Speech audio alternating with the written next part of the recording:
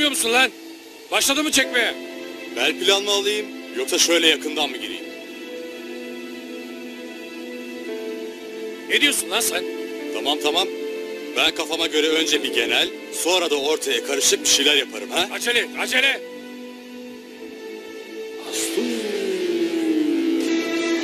Şu bedayı gazaya, hak görünür ayağa. Kahrımız gaza, ona ziyan. Sayın savcım dikkat edin. Carlos koru bizi. Koru. Yürü Hasan. Çök. Git. İlker başına ver.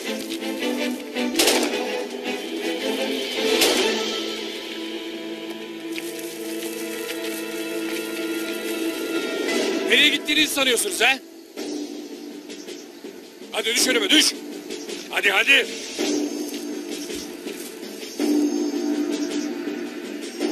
Daha hiçbir şey bitmedi.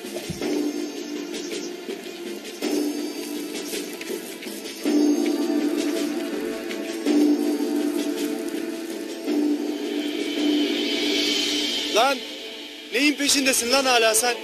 Canınıza ot tıkaman.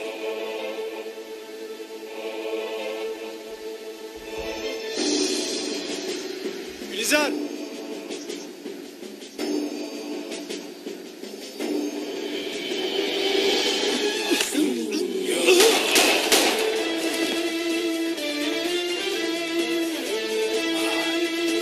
Helal olsun kıza. Hadi Hasan kardeş. Saçıma bak. Maşallah. Gördünüz değil mi hareketi beyler?